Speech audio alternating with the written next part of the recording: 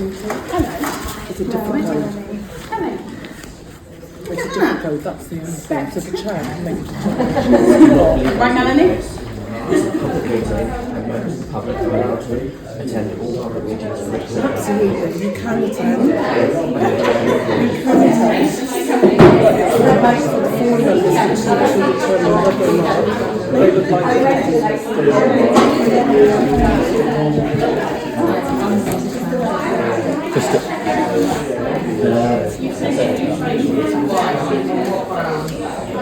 I don't know. They're just saying that they can look at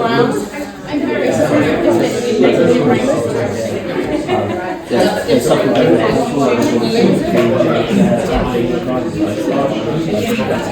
Yeah, I mean, I think the thing is, those are all obviously volunteers and just like that, council members. Big debate about whether the forum is allowed to be recorded. It's a public meeting.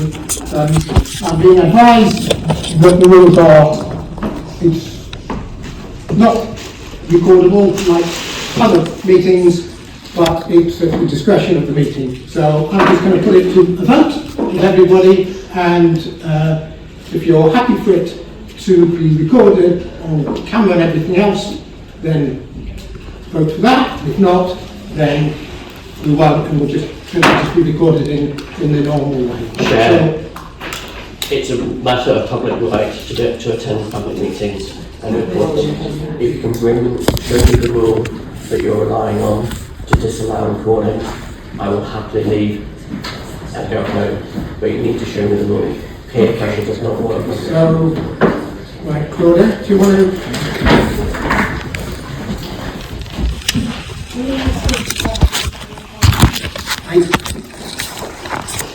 Yes, you can ask that, yes.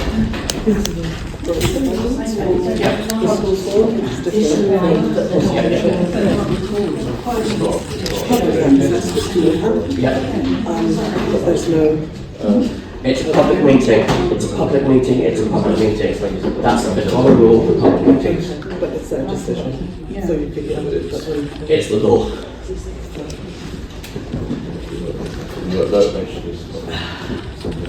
Allow me to explain why I understand the situation. This is a public meeting which has a special definition in the UK law. All public meetings, members of the public are allowed to attend and record. You don't need a special dispensation. So I'm not an expert in this area. There's other people who are experts.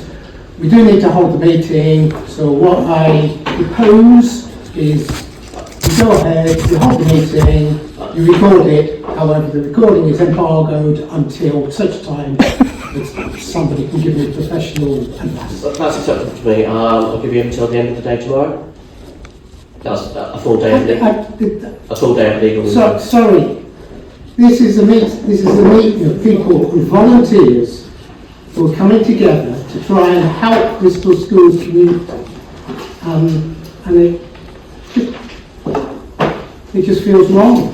So I think you could just take a vote on it, Chair. It is not an ordinary meeting that follows the Constitution of Bristol City Council. Therefore, the Chair, all members are able to determine what happens and how the meeting is formulated. That's what it says. It's good practice to follow the Constitution, so we do. We have the meetings in public. We produce the meeting minutes, the meeting agenda, the meeting reports are published on the website. We give details of the meeting, so should anybody want to watch it when we're doing Zoom, they can do. If they want to make notes, they can do.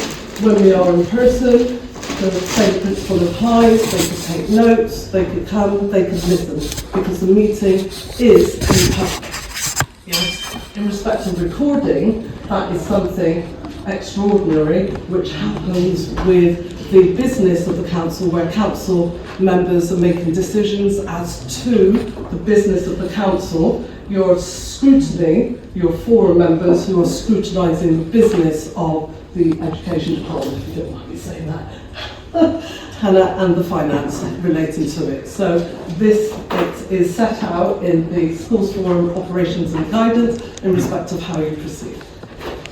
Okay, so If you are happy to be recorded, Dan can record. I can't tell you what happens to the recording when he does the recording. I can't say that. I don't know what medium it's put out on. It's for you as the forum members to determine what you are comfortable with.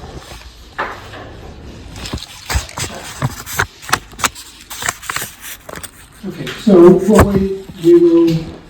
we'll proceed on those, what we said. We will proceed with the meeting.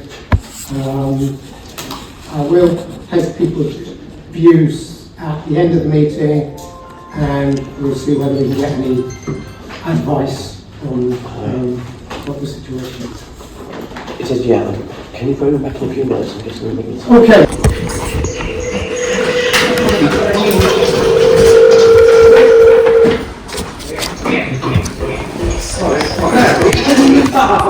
Thank you. That's good if you could hear. Can you move that out of the room, sorry, in order for, yeah. it's not brilliant, but if everyone speaks up, Vic should be able to... Vic, can you hear us? You can. Yes, lovely. Thank you.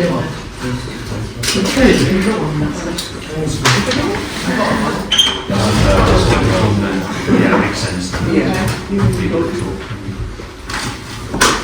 Right? Yes. Okay, right. So, welcome to the meeting. It was really good to see everybody in person. The agenda says that we're going to finish at 19:40. It would be my intention that we would finish before that. So, I think because we were in person and there were a few new faces, shall we very quickly go around the room and if you just introduce yourself and say where you're from or where you represent. We'll start with Alistair. Alistair Brown, representing early years governors and governor representative from the Bristol Schools Forum. Hi, I'm Kate Peel and I am a teacher at Carpenter Nursery School and I'm representing Maytay Nursery School head teachers. Hello, I'm Mary Cox. I'm the Director of Schools and Colleges for Clifton Diocese. Hi there, Simon Eakins, representing primary academies for Cathedral Schools Trust. Hello, Lee Harron, representing Maintain Primary. I'm at LA Governor at Country Primary School.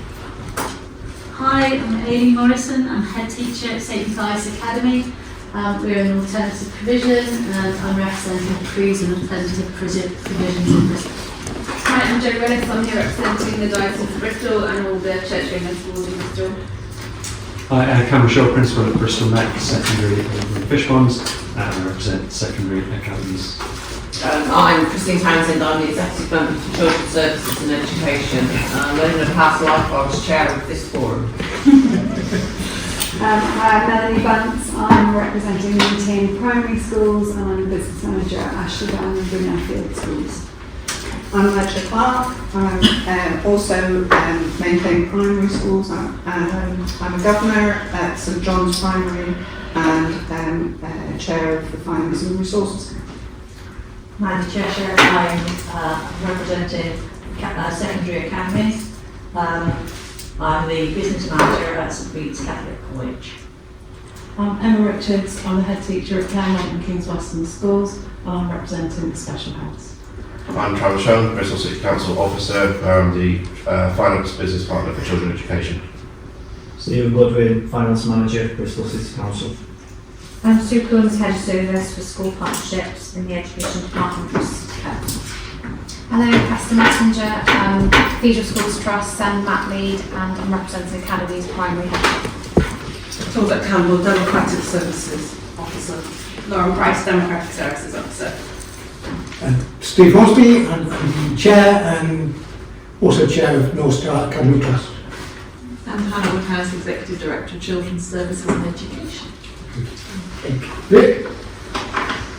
Afternoon, Vic Fowler, Director of Education for Bristol City Council. Sorry I can't be with you this evening. Had to be in a meeting in London this morning, so had to try and be in two places at once. So thank you for accommodating me virtually. Very good. We've got a couple of people in the back, just so we know who's in the room. Hi, my name's Daniel. I attend quite a few Bristol Council meetings and I put the videos on YouTube for people who are unable to attend the meetings. Oh yeah, my name is Jenny Smith and the council knows me because you spy on me.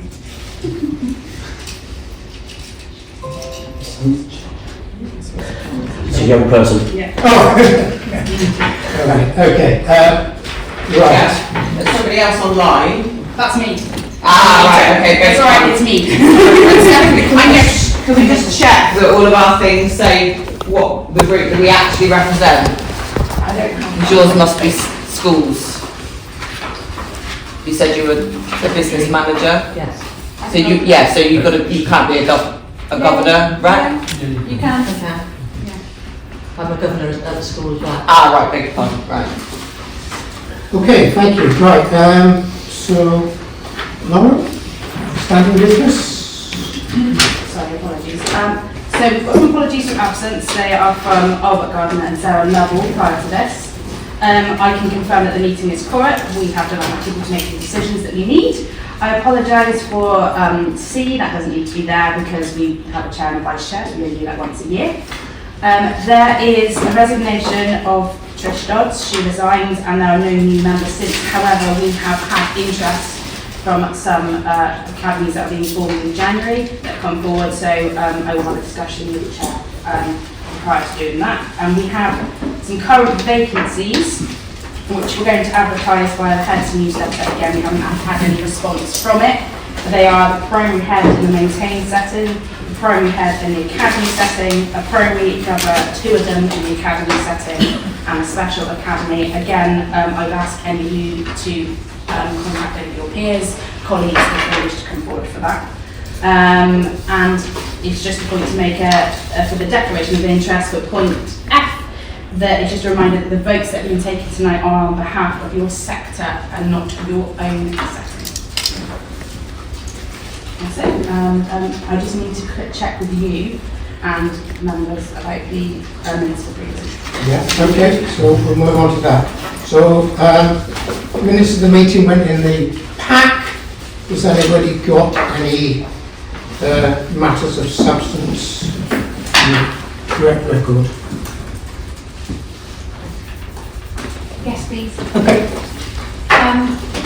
Looking at point 5D, the verbal update from Vic, it mentions the outreach service with a budget of £1 million per year to be part of the wider SEND offer for Bristol settings. I wondered if that meant the targeted support fund. Schools aren't, as I'm aware, receiving the outreach service inclusion officers yet. Is that right? Yes, so they're two slightly different things. So the what's called the Early Intervention Fund has launched, and we did hold our first panel at the end of October, and that is also £1 million of grant funding that we've allocated to that, and then schools that have been successful with that will have been informed as an action of that panel. The outreach service is a slightly different offer. It's a part of our early intervention offer to support schools. We are intending to launch that in January with further recruitment to take place over the spring term, so next term, and more information to follow. So I can share more detail outside of the meeting, and we've got a regular slot with head teachers to provide updates through what's called our Head Teachers Connect meetings. So once we can share the model, we've onboarded our colleagues, then we can share more, but that is part of our SEND strategy, and I'm overseeing that piece of work at the moment. So just thank you for Vic, and thank you for that, Vic, and look forward to hearing more. Just in terms of the minutes,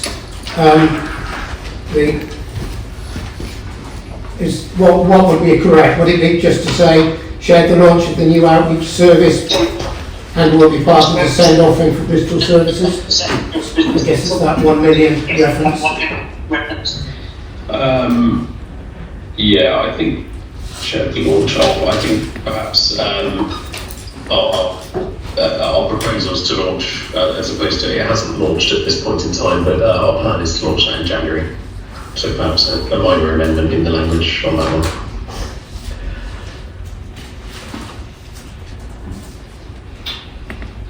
Yeah, got it.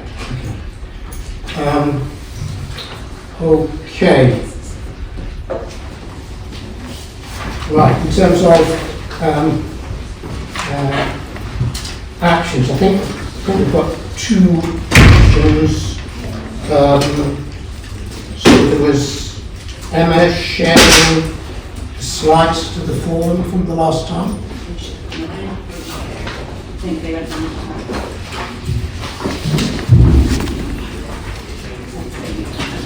I'm pretty sure they went with the pack. If not, I will reshare them because I have got them. Yeah, they were shared. They've gone with the pack. Yeah.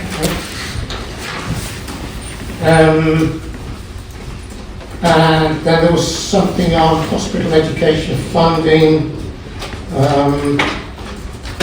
sharing the figures. I think we've got that on the agenda, Stephen. So we've shared the figures with the clerk and they should have been distributed. Yeah, they've gone out as well.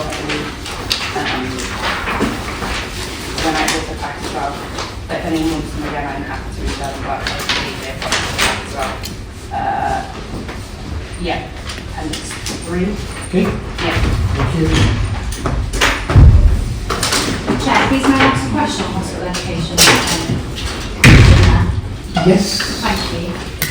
It is the next agenda item as well. Apologies, sorry. So why don't we go straight on to the next agenda item, which is Bristol Hospital School. So we have spoken about this in the past, and that was talked about in the last meeting. And then one of the members asked some questions about it. So there's been a paper update produced.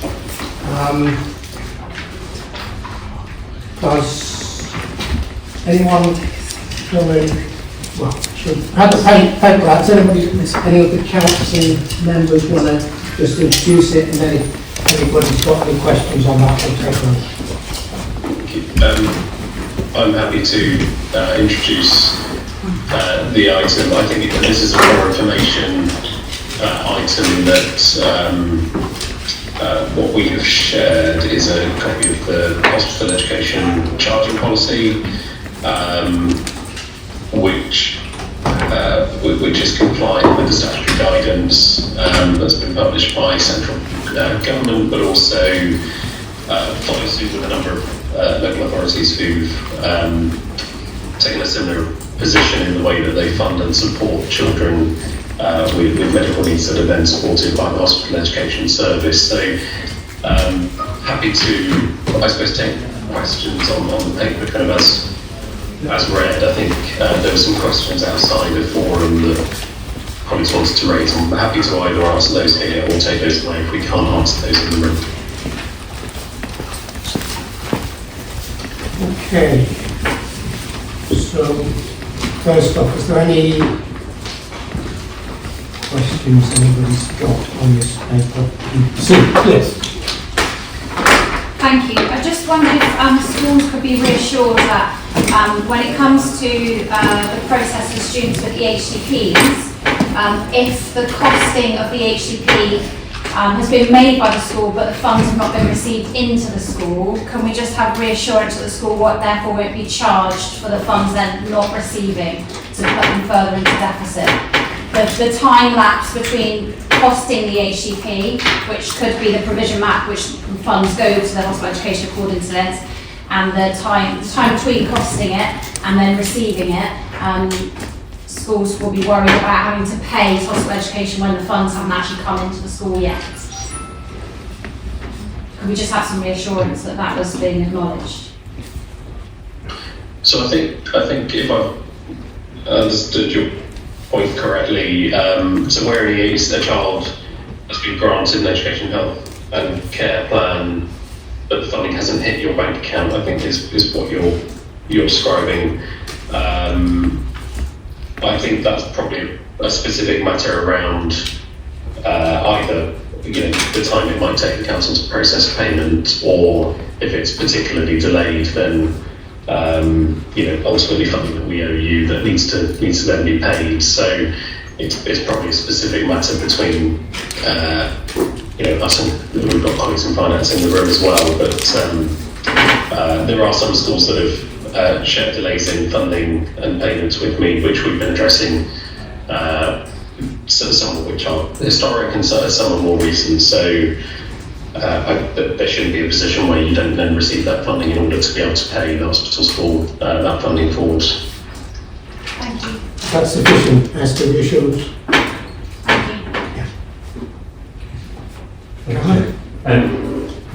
So I've been asked to raise on behalf of some secondary heads around the service level agreement. So my understanding is that there's no statutory requirement for a school to enter into a service level agreement with the Hospital Education Service, because obviously that's a legal requirement for the local authority to provide that Section 19 provision. Whereas schools have been told that if they haven't yet signed that agreement, the child that's been referred to hospital education provision due to a medical need has been refused access to the provision. So that would leave the child in the middle, if that makes sense. So I suppose the question is that right? And if so, what's the movement forward in order to make sure that that child is not disadvantaged by, I suppose, a lack of agreement between a school and a provision? So just to unpick that, do you mean an agreement between the school and the hospital education? Yeah, so it's not my setting. I've been asked to raise on behalf of some secondary heads. So we are asked to sign a service level agreement with Hospital Ed in order to have one of our children on roll access that provision, which I think is fairly standard, I suppose, when we're looking at alternative provisions. But of course, a lot of the time we're commissioning alternative provisions, whereas I suppose they're slightly unique. And it's unique, I appreciate, for anyone who's in the room, but the unique thing with the Hospital Ed is that we're not necessarily making the decision to refer. There might be a clinical need, so they might be referred by their GP or by a council worker. We're asked to sign the service level agreement. If a school is refusing to, Hospital Ed is saying that the child therefore can't access the provision, which obviously leaving the child unable to access the provision because they're medically unwell enough to access mainstream school, as diagnosed by a clinician. Understood. I might need to take that away with Philippa Stoller, who's the head teacher of. I'm not familiar with appointing their admissions policy around an SLA or contract, but I can also probably appreciate some of the benefits of that almost dual registration position that you'll find yourself in those situations. So can I take that one away and just get a clear answer from Philippa? Because there is an element where obviously we oversee that service, but also it operates as its own alternative provision as well. So I just want to check some of the operational arrangements with Philippa in terms of how that's brokered. Absolutely. Okay, Cam? Yeah, that one's fine. There was another one that was asked to raise more of a note, I suppose, for the record of just the timing of the announcement of the new charges in line with, I suppose, how schools budget set. And I know we did discuss this previously, Chair, around understanding that, giving over a portion of the ARPU is fine, apart from we have to hold that place for the child to return to. So actually the schools are spending their money on enabling that space to exist. The cost doesn't actually go. Every day the child's not in the building doesn't cost less money because we have to maintain the provision for that child to return to. So I think that's some of the sort of concern coming out of the charging is obviously schools being able to actually effectively budget plan for it where they didn't have warning in advance of setting their budgets. That's more of a point of note rather than a discussion. Thank you.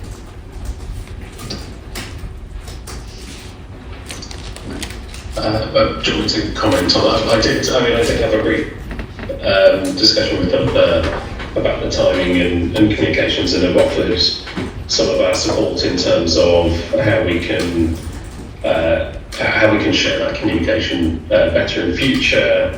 Because I think the communication came out directly from the hospital, education school directly, and perhaps we might have been able to play a stronger role in making sure that was communicated well and early. So having those discussions with Philippa, but I think she was aware of that bit of feedback when we spoke this week. Okay, thank you for that, Rick. Okay, we're going to now move on to, first of all, dedicators, which is the usual sort of update on where we are with finances. Where do you want to, how are we going to do this? Where are you going to be? John, to just highlight the key elements of the report and just take people through. Yeah. Okay. So this is the current year, 2024-25 budget monitor as at period 6, covering the period to the end of September 2024. It's for information only, and I'm just asked to note the information, or if you've got any queries, happy to answer any questions on it. Essentially, the dedicated schools grant is subject to change in year, primarily for changes in high needs data counts and early years head counts, which are done on a term basis. So at the moment, as at period 6, the dedicated schools grant allocated to all Bristol schools and academies and provisions is just over £491 million. It has been adjusted in year already for split site funding, early years accounts, as I've just said, and high needs place changes. That will change again by the time we report this to the next period. It's also subject to academy recruitment in terms of how much money actually reaches Bristol City Council. And up to period 4 in the last report, the net allocation to Bristol was 218 million. It's now 214 because of academy conversions as at the 1st of September. Sorry, did you say 14 or 40? 214. 14, yeah, it's in the report. Yeah. In terms of the forecast, we are forecasting an in-year deficit on the DSG of just over £15 million. The gross deficit is just over 31 million, but we have contributions as part of the safety valve agreement with the DFE, and as part of that Bristol City Council's contributions. So forecast net in-year deficit of 15 million. Added to the deficit brought forward from the previous financial year, we're looking to carry forward a deficit of £52 million into the next financial year. You all know the reasons why, in terms of the pressures on the dedicated schools block, costs of supporting the volumes of education, health and care plans, the number of children in external parents provisions. Those are the main areas there, and again, it's the same issues as in previous periods. I've mentioned again the safety valve, which we're now in the form agreement with the DFE, and we look to continue to recover the deficit over a period of time up until 2029-30. That's a brief overview. The headlines were there, and I'm happy to take any questions, Chair. Simon? Just trying to cast my mind back to the papers that were safety about. I think, to me, our position for 24-25 looks like we're about 10 million worse than was presented as part of the safety valve. And there may be some unders and overs, but in that original plan, there was something like £9.5 million worth of savings that we were going to recognise in 24-25. Is it right to assume that it's those savings that haven't yet been materialised, because there's a lag in some of those changes? Or I guess the question is, we're already way off the safety valve agreement. Does that have any implications, or not until the end of the programme? And where are we with those savings and those mitigations? Vic, do you want to come in on that, or answer? Happy for you to cover the figures and then have something after Steve, if that's helpful. Okay.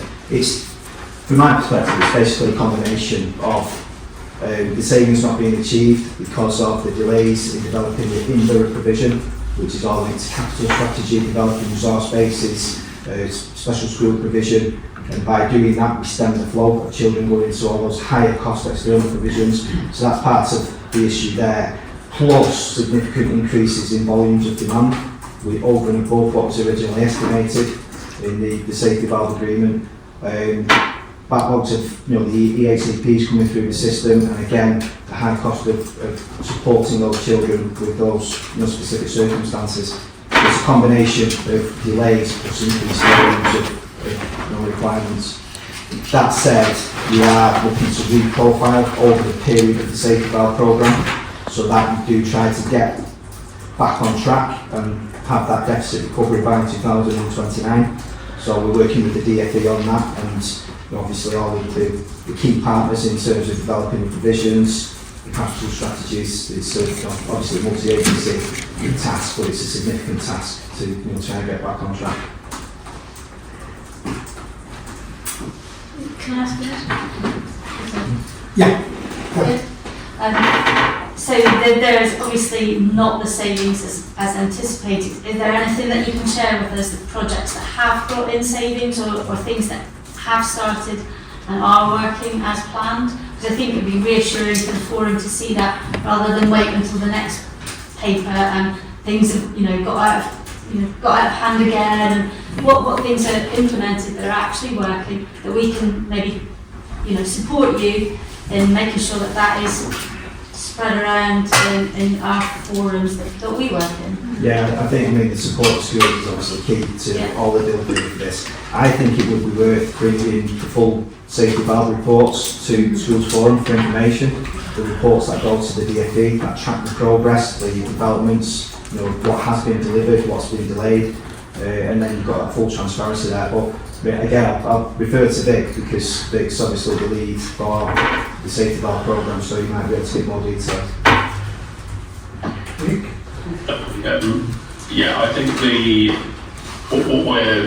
what we're trying to do, I suppose, is think about this in the round of the broader SEND strategy that we have, which is just included in terms of its consultation, and will then come to the committee in January, so that we're not thinking about these things as two separate areas, because they are inextricably linked. I think the first is we do have a priority in our SEND strategy in terms of building more provision, and colleagues in the council are working on that, but it is behind schedule, so there is a significant amount of work to do to ensure that we've got sufficient places locally, as colleagues in the room will be aware, it will take time to build or refurbish buildings that we think we can use for resource provision or standalone specialist provision.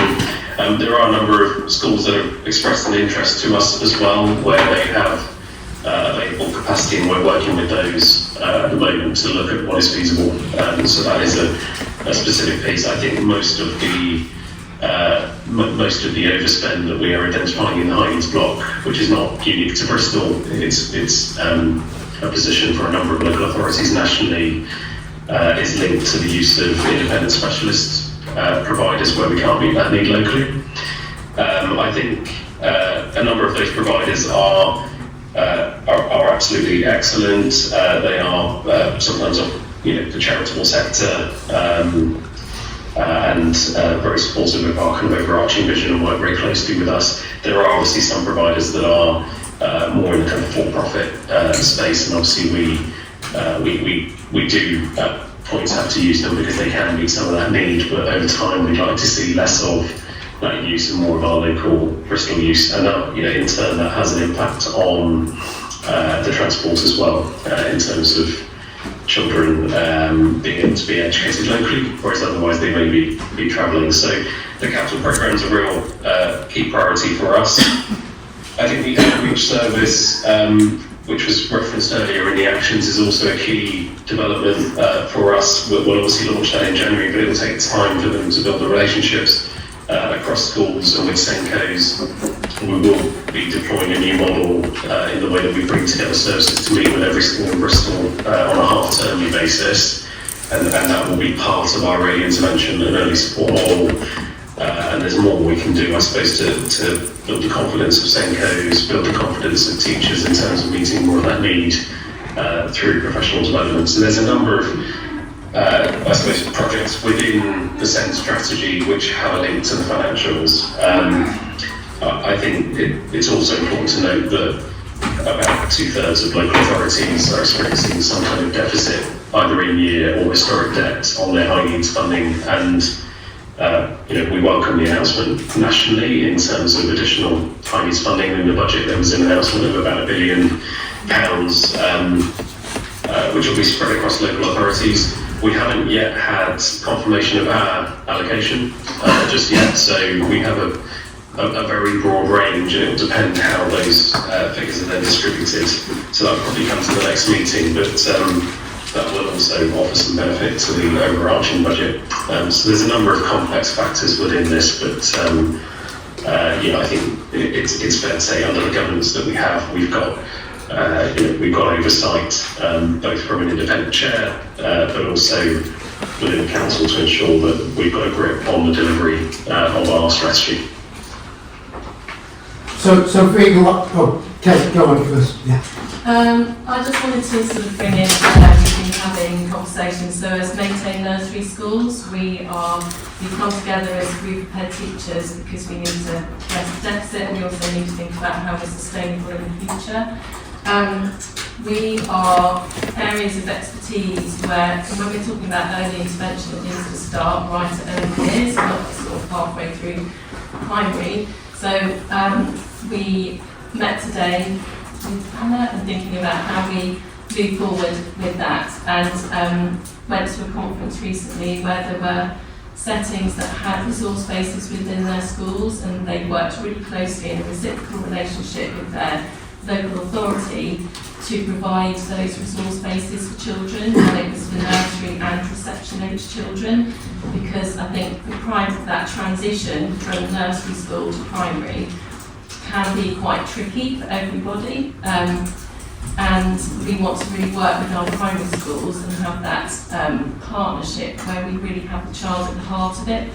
And we have so much expertise in our Maintain Nursery Schools, and we are totally up for that challenge, and we want to have the children in our centres, but it's how we work with that financial system.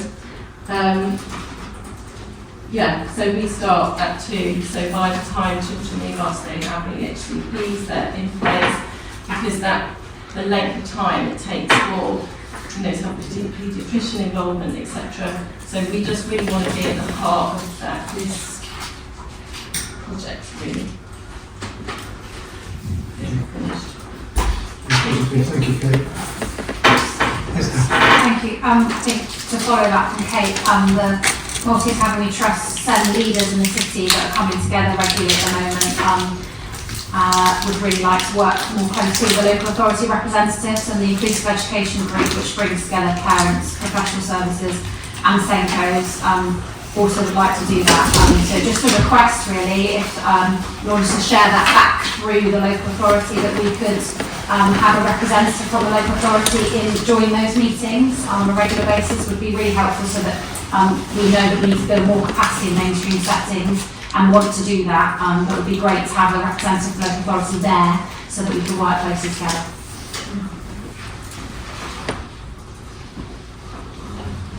Any comments? I suppose I just wanted to make a couple of comments, which is just to sort of recognise that we have a lot of work to do. We were very pleased to develop the SEND strategy and launch it in this room some weeks ago in consultation. We'll be bringing it to the committee in January. That's a multi-agency piece of work, and we've got huge support for all the work that we're doing for parent care reform from the health departments, particularly in schools as well. And the scale of the work that you are all doing in the nursery schools, in the specialist or AP settings in the mainstream across Bristol is really, really significant. I also wanted to recognise, I suppose, that parents will be feeling very frustrated about some of the delays to assessment, and I'll speak again Thursday, the Children and Young People's Committee, Christine, is really clear that we're transparent about the data, and we will be bringing the data to, as we always do, to that committee on Thursday to do the same. So I suppose I just wanted to recognise that we have a clear strategy now which we're working on, which this funding sits underneath. This fits quite right, but we can't have as a sort of safety valve process over here and a strategy over here. The two are inextricably linked, and we need to deliver it.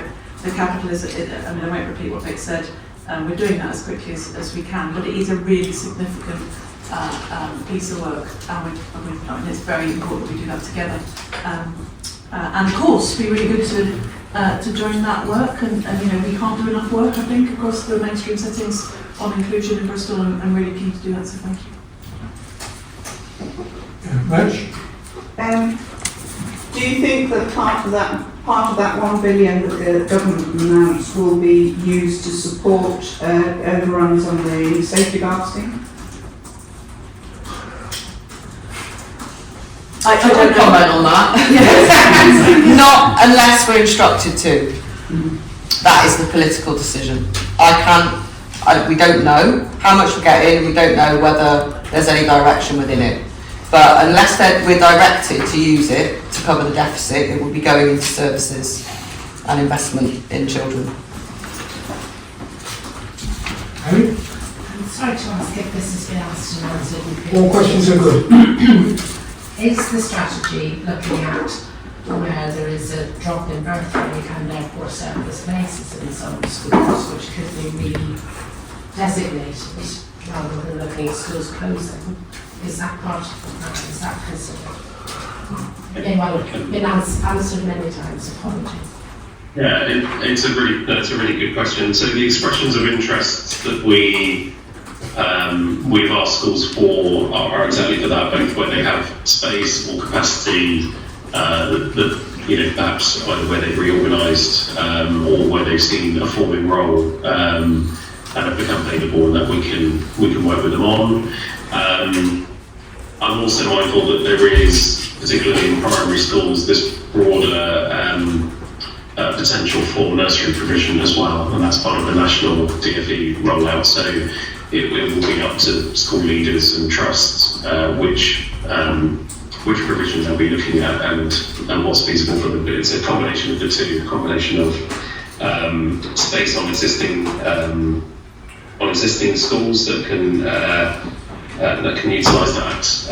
We don't have any, I suppose, when you're describing school closures, there are some former schools that were closed some years ago that, again, potentially could be brought into use for this purpose alongside other buildings that may be appropriate for us to use for specialist provision. I suppose what we're looking at is all avenues in terms of what assets do we hold across the city, alongside what spaces do schools have, but alongside the capacity of schools to be able to then support high quality resource provision and make sure that we are. That's what we're going through at the moment, is a process of redesigning the service level agreement for resource provision so that we are setting out much more clearly how we would expect that to be used, but also the funding that would follow, so that a school can be confident that it can deliver it to a high standard as well. So it's the two things together, not just the physical capacity, but also let's call it the leadership capacity in a school to be able to run high quality provision, and how we can support you with that. I hope that answers the question, Nick.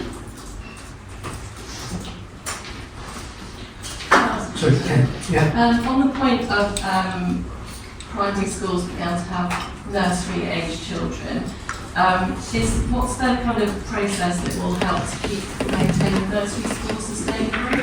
Because if the school is going to have nursery, so for example, our nursery school has got a primary school next door on the same site. We'd like to have nursery age children.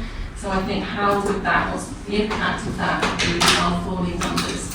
So, and then that would not be sustainable. So I wonder how that process is going to support the maintain nursery schools. Yeah, I think there's Sue Coombs in the room as well in terms of early years, but I think the DFE criteria will be about local sufficiency and the balance of sufficiency, not just setting up provision where perhaps there's an oversupply. So that will be factored into the DfE view.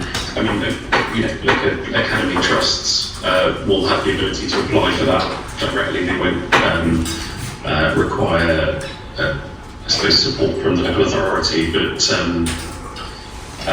they may, the DfE may test whether the sufficiency question with us as a local authority, given that's one of our statutory duties. They do. So they will ask us for a local authority view on the need.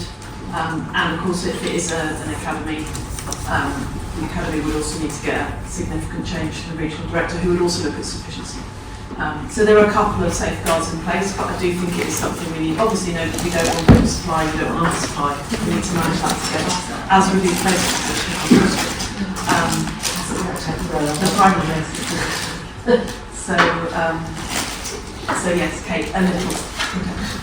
So we're doing two separate pieces of work, like planning that can refer to at the moment in relation to primary place planning and early years sufficiency as well. So I'm sure we'll engage with the sector on both of them. We're already engaged with the primary place planning as we are with some early years sections as well in relation to how that progresses.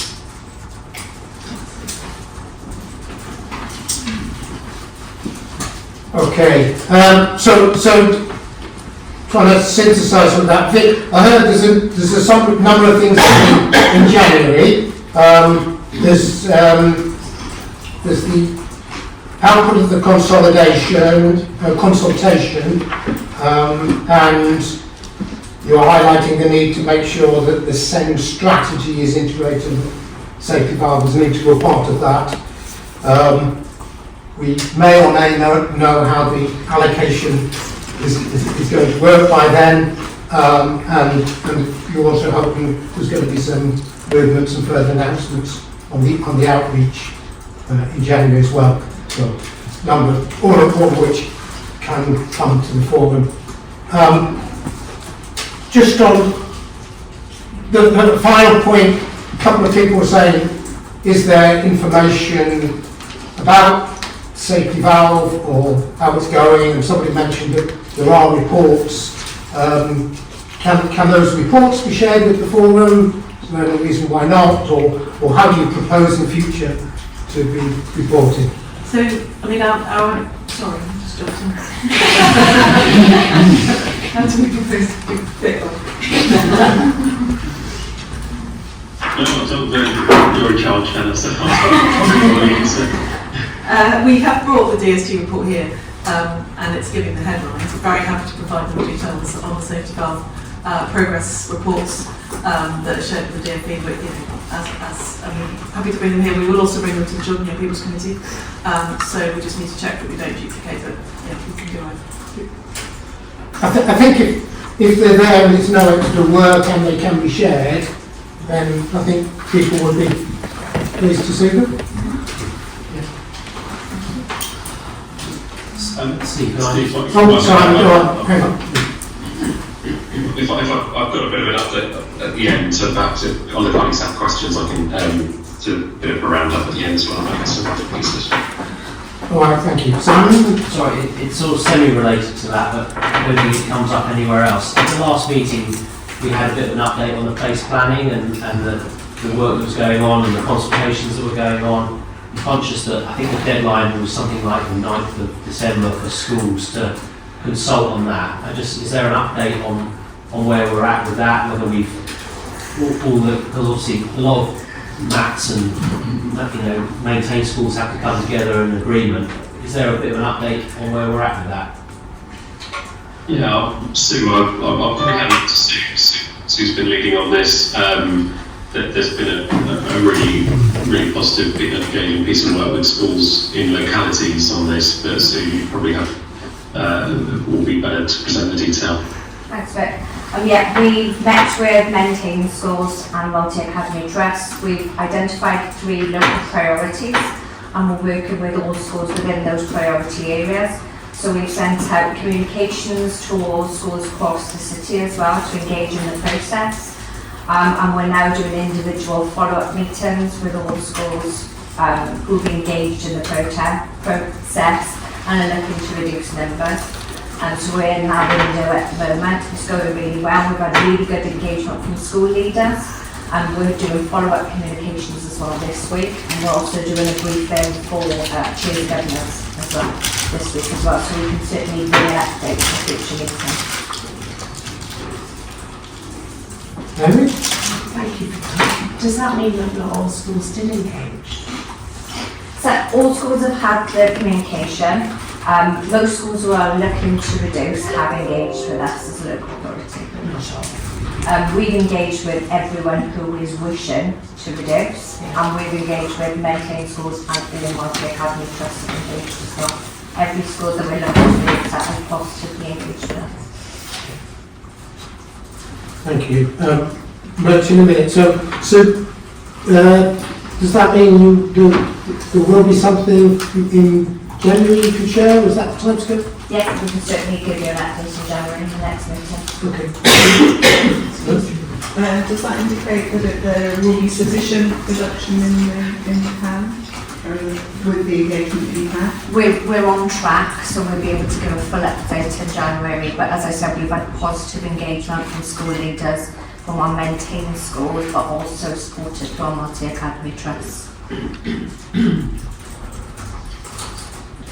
I think possibly to add to what Sue was saying, that this is obviously for looking into the 26-7 year. I think we will need to continue this work as soon as we complete this particular deadline in terms of consultation on any reduction of PAN, very quickly in the spring. Again, need to think about subsequent years with more of a 3-year strategy in this area, because the falling roles, particularly linked to birth rates at primary, and the effect on primary will continue. It's a trend that we're seeing in Bristol, but that will also start to flow to the secondary phase of schools, in due course as well. So, whilst there's an immediate pressure to make some decisions for this year, and schools are working with us on that,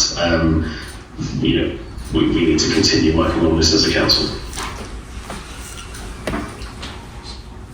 Okay, thank you.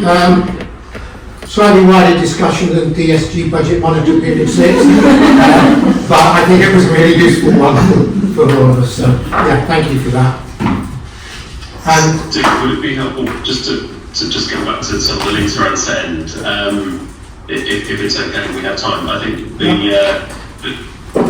couple of points I was going to raise was, we know that nationally there will be some reform, and the government has announced that it will look to reforms in SEND. We don't know what that will look like at this point, but we know that part of that will also be a change in the inspection framework for schools, and this concept of a report card as well. So obviously it's an early point for the government to be able to announce the detail of that, but I suppose just to have on the radar of colleagues that haven't picked up those announcements, there is a bigger national reform, potentially a funding reform, and then obviously we are delivering our strategy within that. So I think this will be a lively debate kind of over next year particularly, and we're linked into the right spaces to be able to have those conversations when that detail comes forward.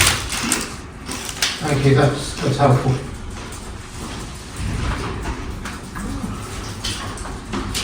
Okay,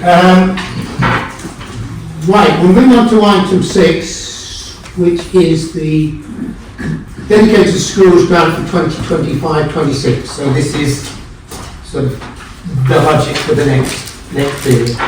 So Stephen, over to you initially. Yeah, okay, so this is the update as we know for 25-26.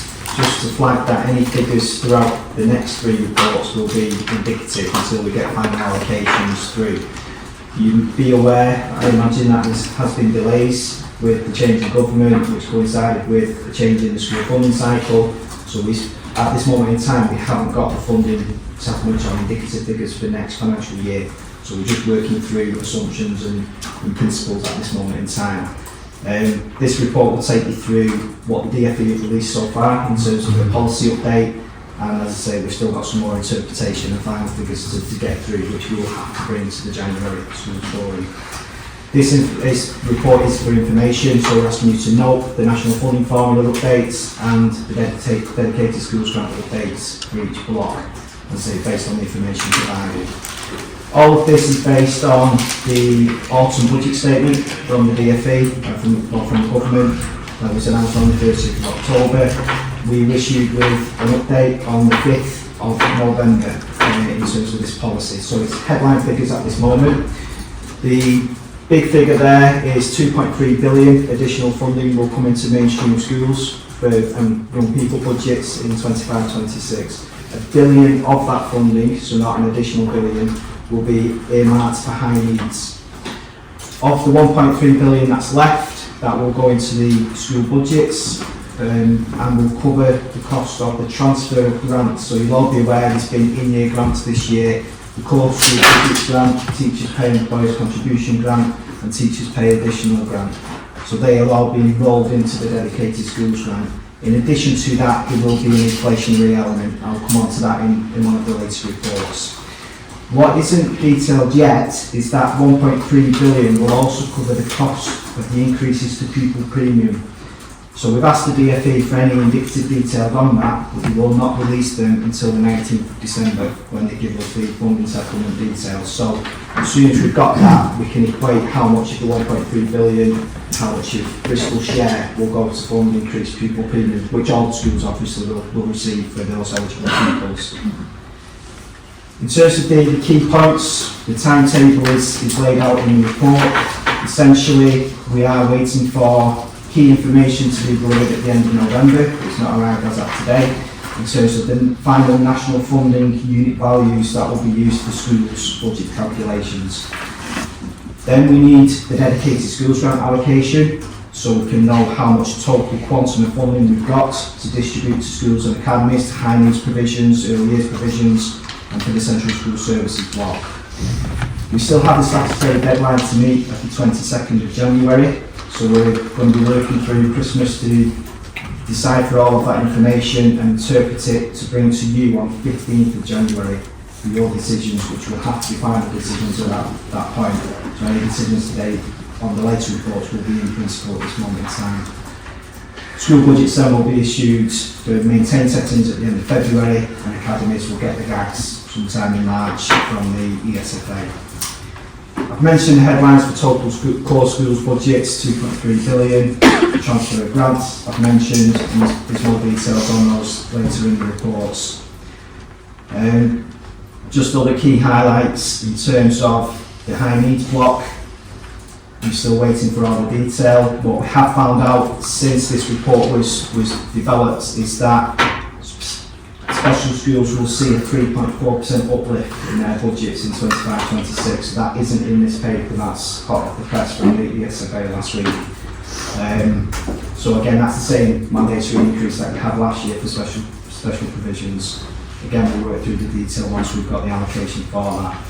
Central School Services block, we've not been given any indicative figures for that, other than we know we will get some additional funding to cover the national increase of copyright licences. That's essentially the same item, so schools don't incur that cost, it's all going through the central block there. Early years block will see the continued expansion of early years free entitlements, childcare, and we'll wait to see again what that means for Bristol in terms of the allocation. What we do know is 2-year-old participation is increasing, so we're expecting more funding to come through for 2-year-olds, which will obviously go straight to the settings for their actual participation in PBIs, maintained nursery schools and maintained nursery classes. In terms of the formula factors, so this is where what we use to interpret all of the schools and academies funding allocations. I've mentioned about the transfer of grants, but what is also included in there is between 0.4 and 1% inflation on specific unit values, apart from a couple of the deprivation and DACI factors for primary and secondary schools. Again, the DfE have not answered why we've not inflated those factors, so we'll wait to see what we get at the end of this month in the national funding formula technical documents. Pupil premium I've mentioned, we won't know that until December in terms of how much extra is coming through there. I expect it will be on a similar line to the inflation elements on the school budget side of things. And And then in terms of funding supplement, we'll get that expected the 19th of December. So we'll work through the detail at that point in time. We have arranged an extra schools forum finance subgroup, so we did hold a meeting on the 14th of November to work through the headlines and the information we knew at that point in time. And just so we can work through the detail, the form, the mechanics, we want to have that extra meeting. So the 15th of January meeting, you won't have the papers in advance, a full week in advance for that particular formula aspect, because the finance subgroup do need to consider that. And that was it. Again, I apologise that there's got lots of unknowns in there and lots of things to do, but that's the position we're in. We would normally have indicative figures mid-July, and we've not got them today, so we're 3.5 months behind because of the delays in the government releasing that information. So thank you, Stephen. So in a moment we'll talk in the detail about the schools block and dedelegation.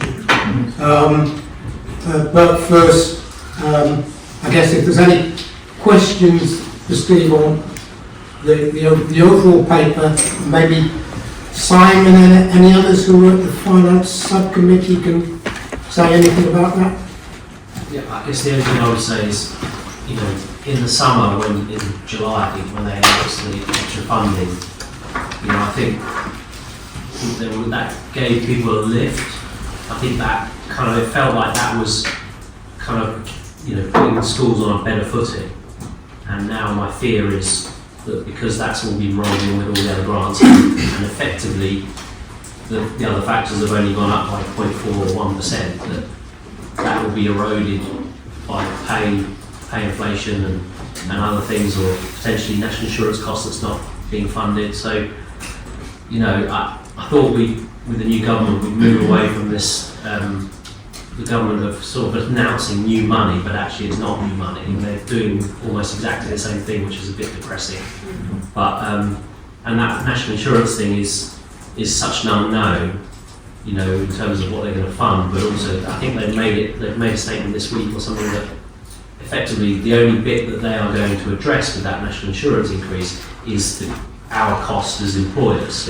Obviously, for a lot of schools that have external caterers, cleaners, where, you know, they're having a double hit, the national insurance and the increase to the minimum wage, that is not a cost that's going to be covered by that. So, yeah, it feels like one step forward, two step back in some ways, but we are where we are. Yeah. Just on the national insurance, you'll all be aware of the thresholds that were changed in the autumn budget statement. The DfE have committed to provide an additional grant next financial year to cover the employers' contributions for schools on those national insurance increases. So there will be a grant next year, so it's not part of what will be enrolled into the DSG from the grants this year. So again, we don't know the details of that. We'll have to inform you in due course. Yeah, I suppose mine is in relation to the providers within the high needs area that aren't schools, and whether there's anything that's coming down from the DfE around NI for them, because I know that's a real concern for that particular sector. And my second question was in relation to the pupil premium. Is it all four of them, and have you got any indication as to whether the differentials between them will be maintained as they are? Special differentials will stay the same, it'll just be an inflationary element to all, usually all four aspects, so the service, the deprivation, you know, the children elements. Up a little bit more. Yeah, but we don't know the detail. In respect to the national insurance increases for providers, we're obviously there's a risk that they will try to pass those costs on to the local authority, and we don't get additional funding to help us meet those costs. What we don't know yet is the impact of the government introducing capping on what providers can charge in terms of their profit shares. So that will be a thing that commissioners will need to work through with the providers. So again, there's lots of people trying to second guess how the impact on providers will then ultimately impact on the local authority in terms of costs. But again, we just don't know. People are trying to estimate the impact of that in financial terms, but we've not got a figure. I'm more interested in the ones that aren't out for profit, because most of ours don't. Most of ours are charities or CICs and things like that. So we will, at the moment, that will just come in through our high needs budget and it will go up however much they choose to put out. Yeah. My understanding is that the components that will cover teachers' pay increases and such like are averaged. So individual schools are going to get hit, possibly double hit if they've got teachers, highly paid teachers. Yeah, and that's been the same in previous in-year changes and grants where any additional grants and funding is based on an average national, basically, regional basis. What we did see this year with the core school budget plan is that schools were quite happy with that in terms of the allocations that came through, because schools will be very quick to be vocal if there is insufficient funding in those grants, as there has been in previous years. So with that being sufficient this year, that's rolled forward into the DSG for next year. So there has been more confidence in the grant allocations, as I say, for this current year. But again, we just don't know the detail and the impact for next year. Yeah.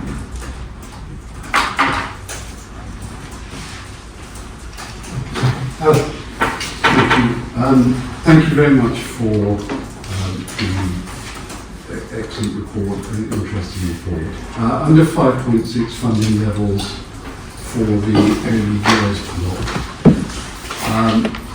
does the LA envisage providing for SENIFs, the Special Educational Needs Inclusion Funds, to be funded by the DSG at all? It already is. The SENIF, the Early Years and Inclusion Fund, is already part of the Early Years block of the Dedicated Schools Grant. So that comes as part of that totality of funding there, which is then managed by the Early Years colleagues to support the Early Years and eligible pupils. Again, there's an issue there with volume of patterns, the number of referrals coming through at that age as well. Thank you.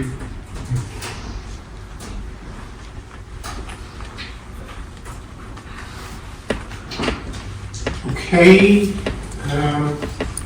Right, well, thank you, Steve, and thank you for doing over the festive season. And Dan, I know you're going to be bringing that to the subcommittee, and then we'll be coming back in January. Right, oh, by the way, we just welcome Dan to coming. You would just want to introduce yourself to the room and where you represent?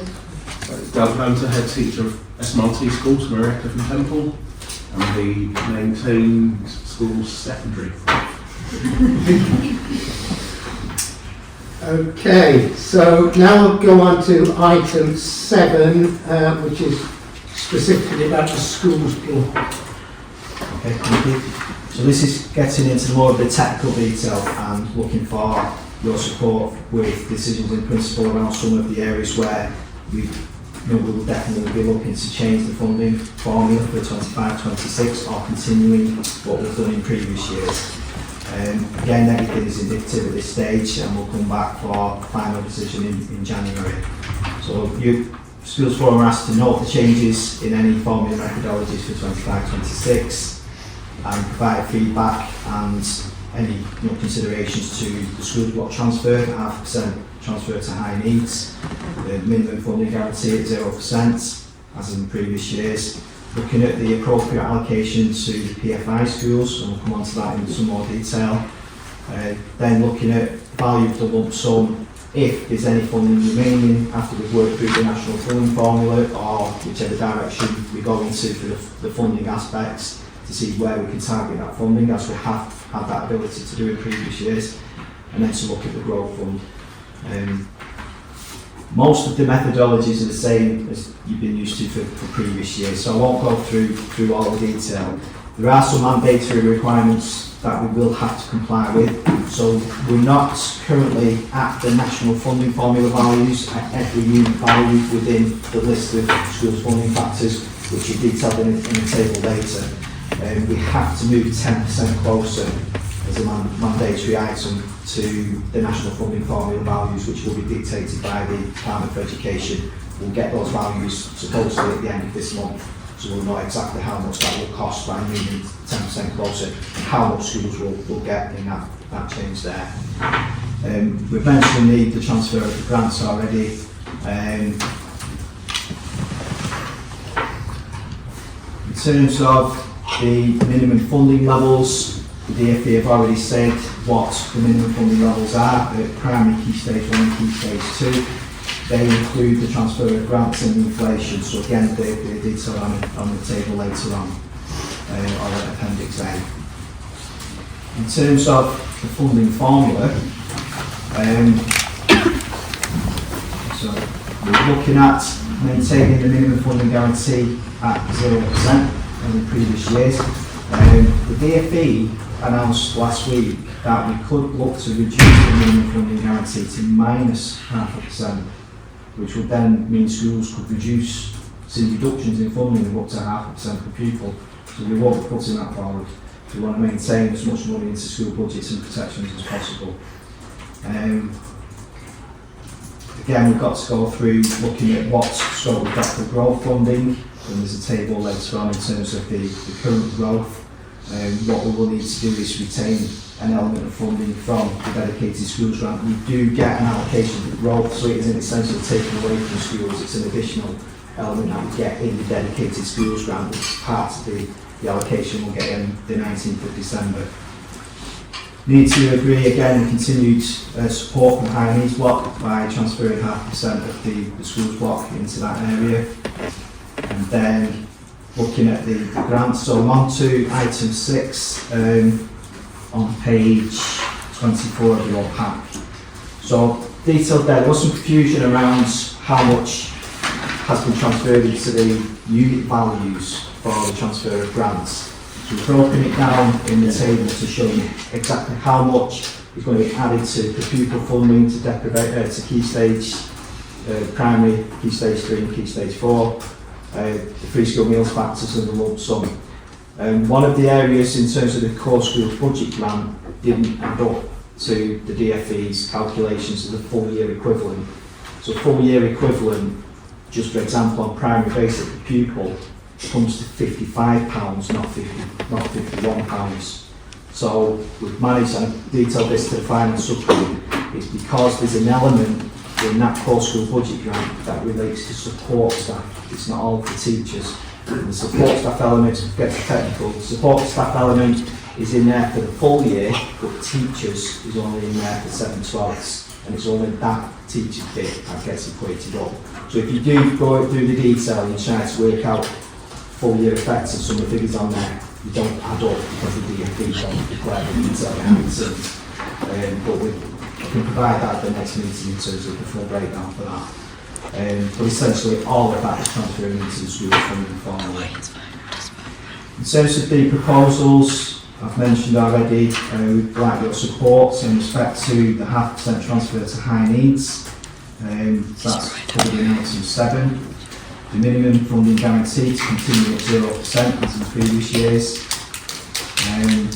We will need to come back to agree the level of the growth fund, but seek your agreement in principle to retain an element of growth to fund those schools that are seeing increased pupil numbers, increased class sizes, and basic need requirements for those.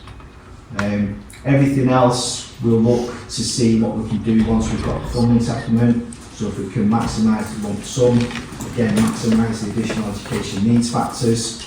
This was all subject to the funding consultation that we held with schools. The majority of schools that responded would still like us to support the additional education needs factors, and that's been an element of support in Bristol Schools for quite some time now, which is why we're not at the national funding formula, because we fund greater amounts for the schools in the most deprived areas or with the lowest attainment to help those schools with those specific needs. So again, it makes sense that those schools would vote to continue to support that particular area. We've asked in the consultation around if there's any preference, if we do have any funding available, whether that would people would prefer that to go to the primary sector or to the secondary sector. And the responses were to maintain it as an equal amount, so all schools benefit fairly from any funding that we might have left once we've complied with the formula factors. Mentioned growth fund. Sorry, it's quite a long report, so I'm going to make it easier. Yeah, for myself, to make it easier. Again, 7.24, we cleared this at the last Schools Forum meeting, so we're not intending to propose any forming laws fund. I think we had that minuted and everybody was in approval at the last meeting.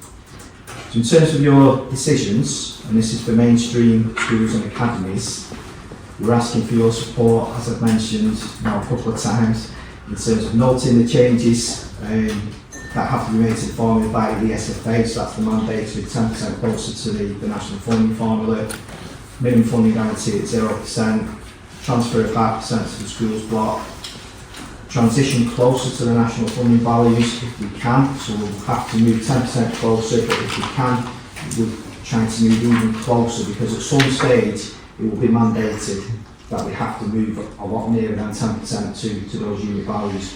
I mentioned in a previous paper that we're only one, or in the consultation paper, we're one of a minority of local authorities now who aren't funding at the national funding formula values. We're probably one of 13 out of 150 authorities that aren't quite there. So we can move closer then, that's a consideration for you and through the finance subgroup. Maintain the lump sum if possible, and distribute any additional funding to the AEM factors. If there's any balance of funding, allocate through the basic per pupil amount, so all schools benefit on the per pupil funding. Maintain no bias between primary and secondary, so everything's done fairly, so we're not weighting anything more to one sector than the other. I mentioned national and domestic rates, that's in and out, that's a national scheme now, so whatever the national and domestic rates are, it gets top slice and it's funded essentially through that arrangement. And no re-establishment to the Falling Laws Fund. All of those proposals were subject to the consultation with schools, so item 8 goes through the consultation, the responses that we had to that. So the consultation was launched on the 10th of October through to the 6th of November. We held a briefing with schools on the 22nd of October, which was attended by roughly 50 schools, thereabouts. And you can see we had 22 responses to the consultation. So as far as the consultation goes, it was transparent, it was fair, there was sufficient time, we held the briefing, there was an opportunity through Schools Forum, we distributed it separately through Schools Forum. So we would support the responses of that consultation, and which is why we've said in the paper that we recommend you support the responses of the schools that did respond. I've said on page 30 what the unit values are in terms of the current financial year, 24-25, the increases for next year. So you can see there's an 8% or more increase for some factors. That's because of the grant transfers. So we've broken down the increases to show what was the additional amount, what was the core school budget amount, and what the inflation element is. So you can see there where there's only 0.4% or 1% inflation on top of the grant transfers. So all those factors and values are still indicative until we get the detail at the end of this month. The pupil funding levels are included, as I've said previously, that's the protection, so no school will be funded less than that per pupil. I've mentioned on page 31 around the growth fund, so we've got the current growth allocations there. They will continue into the full year effects for next year. So we do need to look at the total growth fund that we can utilise there. There has been some additional in-year growth as well, which we need to update for the next report. And we've included on page 32 some of the comments for transparency in terms of the consultation responses from schools. I think it's fair to share with you what the schools were saying to the consultation questions. So they're there just purely for information. Okay, so what we're asking for then in this report is your decisions in principle behind the formula consultation and I've mentioned basically on page 27 going into page 28 where we'd like your support with moving towards allowing us to do the work between Christmas and New Year to work through all these formula components. Okay, thank you, Stephen. Lots of detail there, so thank you. In principle, are the recommendations in line with the majority views from the consultation? Yes, everything is. Yeah. Okay, so let's have any questions, clarifications, comments, and then we can talk about detail.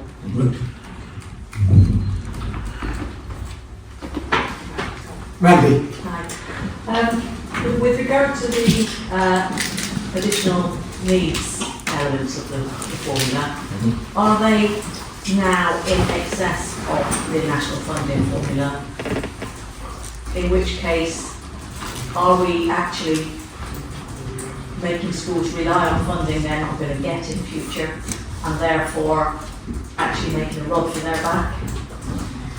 Potentially, I mean that's a consequence of decisions that's been made for many years. So to answer the question, yes, we do fund above the current national funding formula values for the additional education needs factors. If we move to the national funding formula values, those schools that benefit from that would see less funding coming through those factors. That would then be redistributed through the other factors where we'd be below the national funding formula values for basic entitlement, for the other elements, the lump sum, for example. So what would also kick in is that the minimum funding guarantee would apply to schools, so they wouldn't see any reduction in funding from the previous year per pupil. So the schools are protected, and it's a transition, so it wouldn't, to me, it wouldn't be done all in 1 year. It's how quickly we move to that stage. But the protections are in the system through the minimum per pupil funding levels and the minimum funding guarantee. So there's double protections in there for schools that might be adversely impacted by that change. So with regard to the 10% move towards the national funding formula figures, are we talking about reducing the AEN by 10% to get them closer? Or are we because on one hand we're talking about 10%, getting 10% closer to national funding formula figures, and on the other hand we're talking about any additional funding that's maybe available being put back into the AEN. So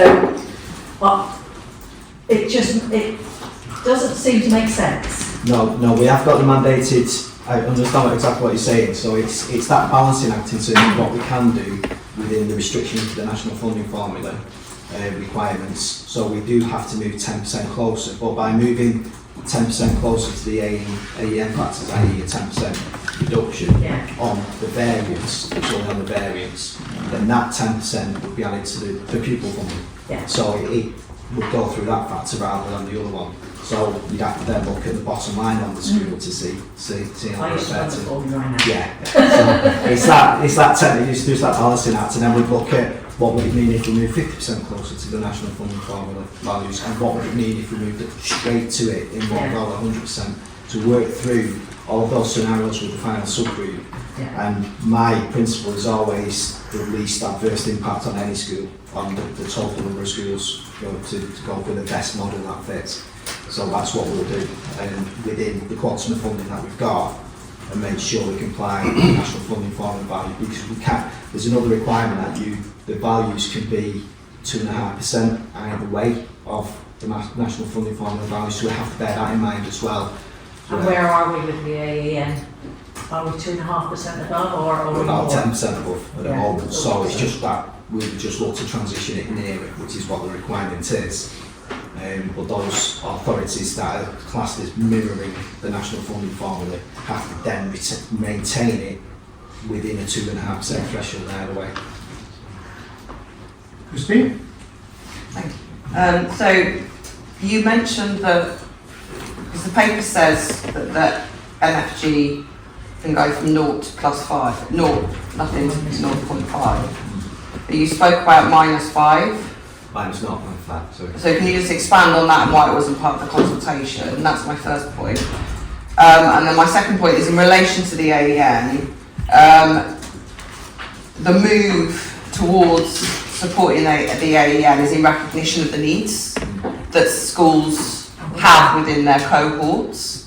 And we know that the minimum funding guarantee will, if the national funding formula ever comes into fruition, because we've been waiting for it for about 7 or 8 years now, the minimum funding guarantee will then enable those schools whose cohorts have much higher needs than others to continue to have those funds, and that's the point of it.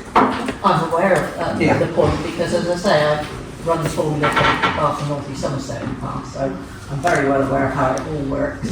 And I'm aware that obviously some schools have got very high deprivation needs. But what I'm saying is, aren't we actually giving them funding that they're not going to have long term, and therefore they're going to rely on those funds and then have to reduce in time anyway.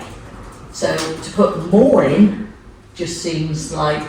But their MFG goes up. Their MFG will go... I understand what you're saying. The MFG will actually mean that they won't lose money per pupil. But what I'm saying is, if we put more money into that, over time, it will reduce their funding. Because obviously, once the funding goes to the national funding formula, and as Steve has said, it will be mandated at some stage. It could be next year, it could be 3 or 4 years down the line. There we go. Yeah. At the end of the day, if we keep putting money into the AEN, which is already above the current national funding formula figures, aren't we making a rod for those schools' backs, whereby they then will have a reduced funding at some point? And the point I'm making is, those children are in those schools now, and those schools those schools with cohorts with high numbers of children with AEN need that funding, and those children need that funding in order to get the education now, today. The national funding formula may come in at some point. Have you got any indication from the DFE as to a date? The original indication was next year, was when the national funding formula was going to come in, but obviously that's not the case now. Maybe 2028-29 is the next indication, but there's so many issues to work through by then. In terms of the MFG, if any school is protected on the MFG, then that's protected in future years as well, because it forms part of the baseline. So then it continues, so it'll be in the system for quite a few years until it works out.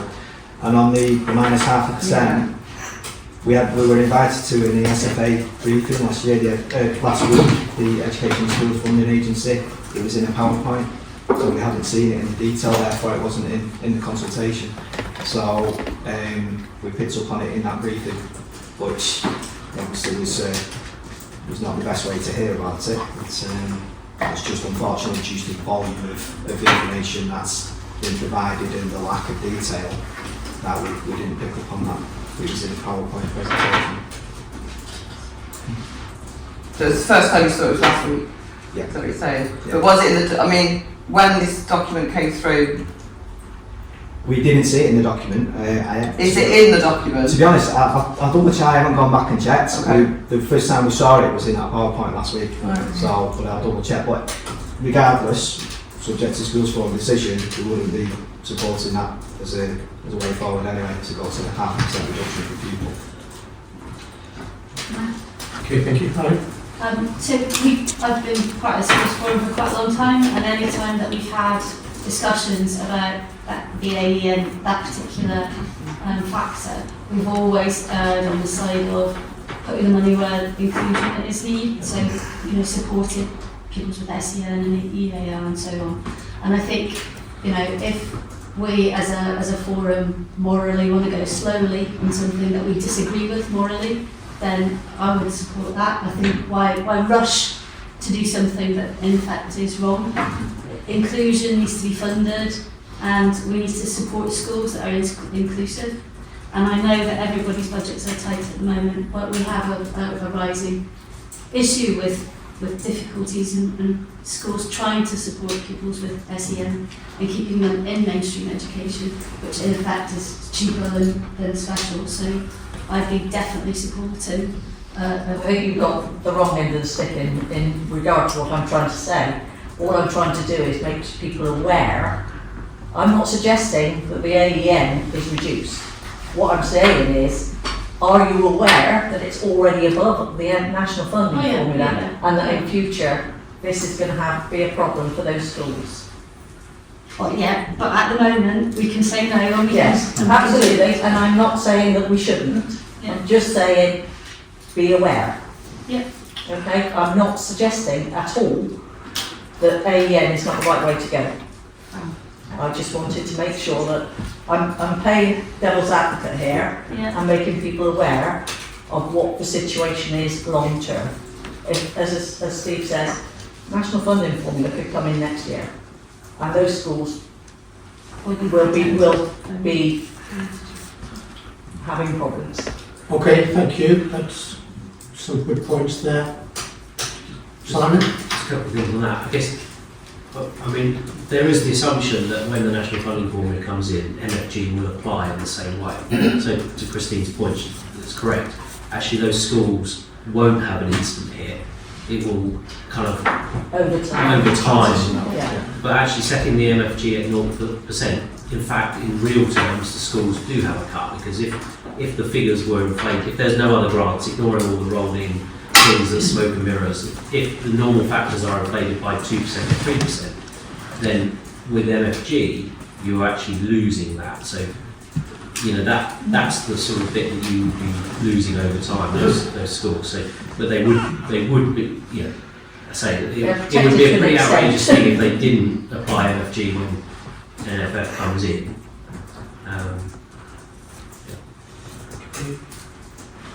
And sorry, another question I was going to bring up was, I noticed that there's a primary school on here with growth fund. I was just wondering whether, from the other end, they were losing pupils.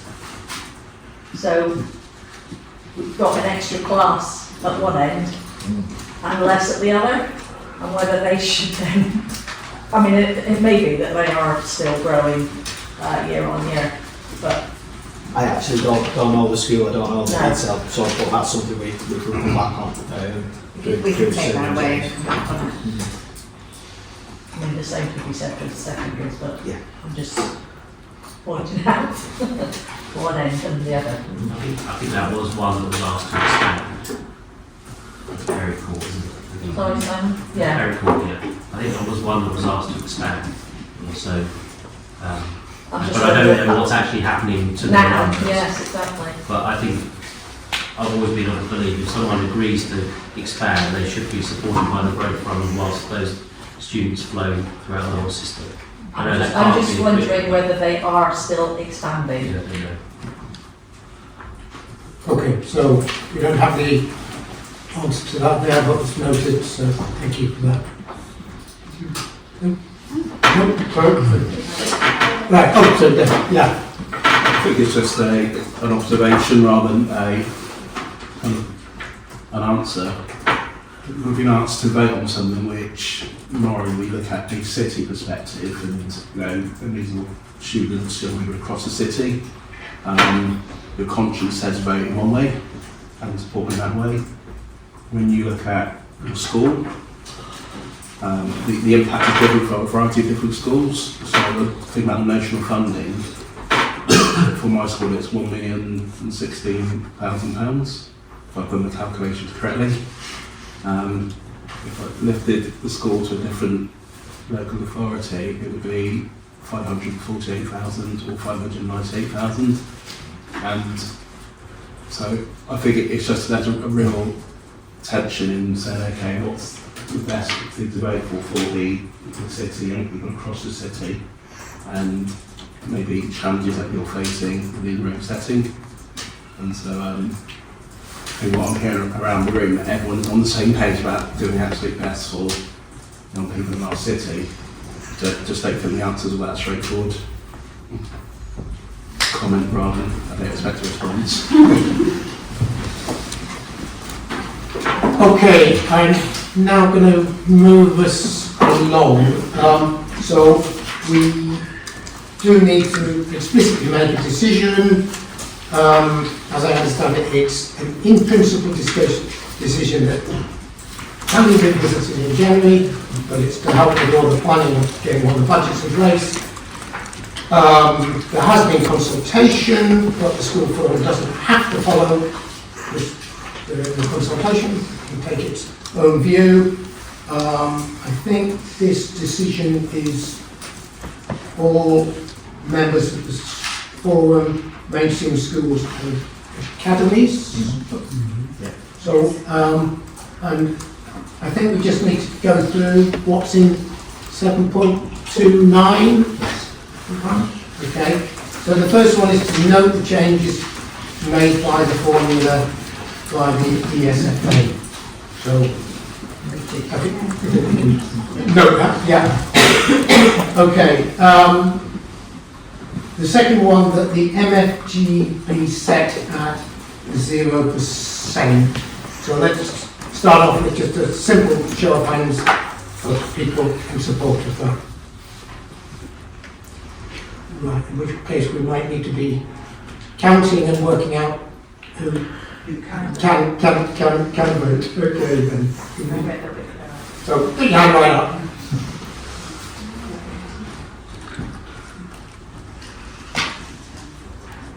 Okay. Okay, and 11. And not in favour of that. Okay. Okay, the next one is the 0.5% transfer to the school block to high needs. Again, hands in the air if you're supporting of that. 5, 6, 7, 8. Okay, and not. Any abstain? Still need to abstain.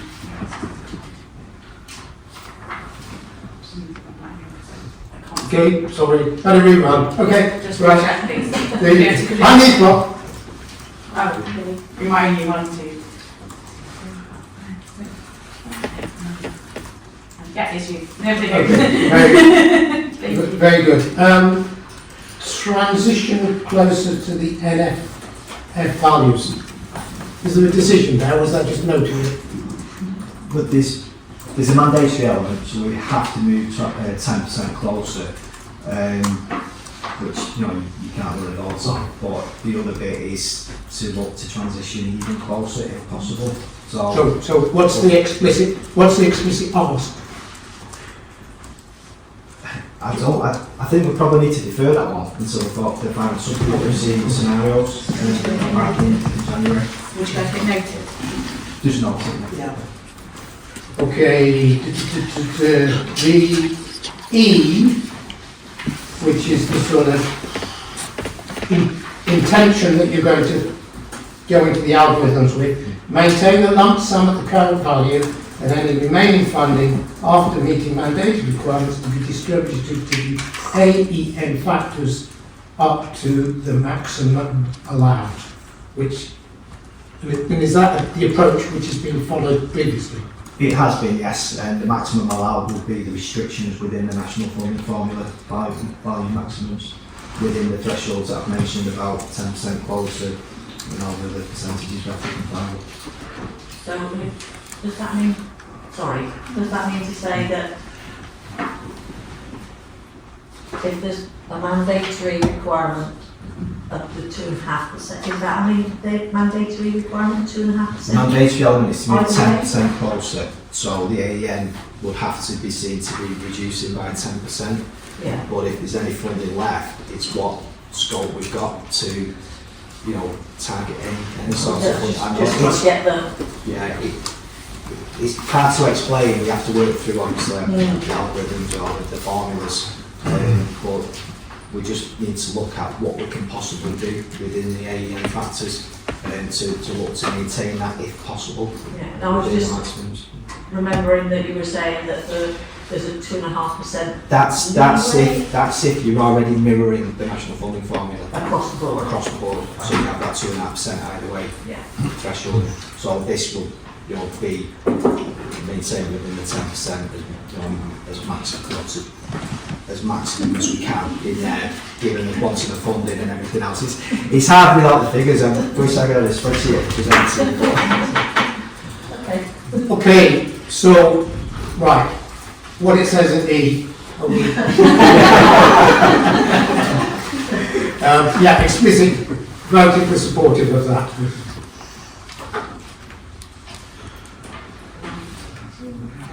5, 6, 7, Get me? 8. Sorry, I keep forgetting. I don't know how to do Okay, that. and not.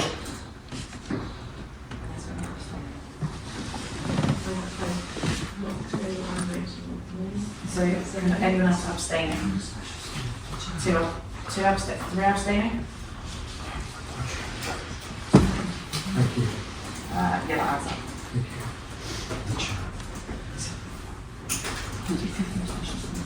Well, if anybody's not clear about things, I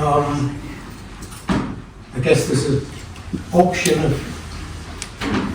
either pinging Steve directly. We will come back to this in January, and the subcommittee will also meet and then basically report whether they are in agreement as well. Chair, what we'll do between now and the January forum, when we meet with the final subgroup, is we'll demonstrate this at individual school level, so you can see the impacts of any considerations.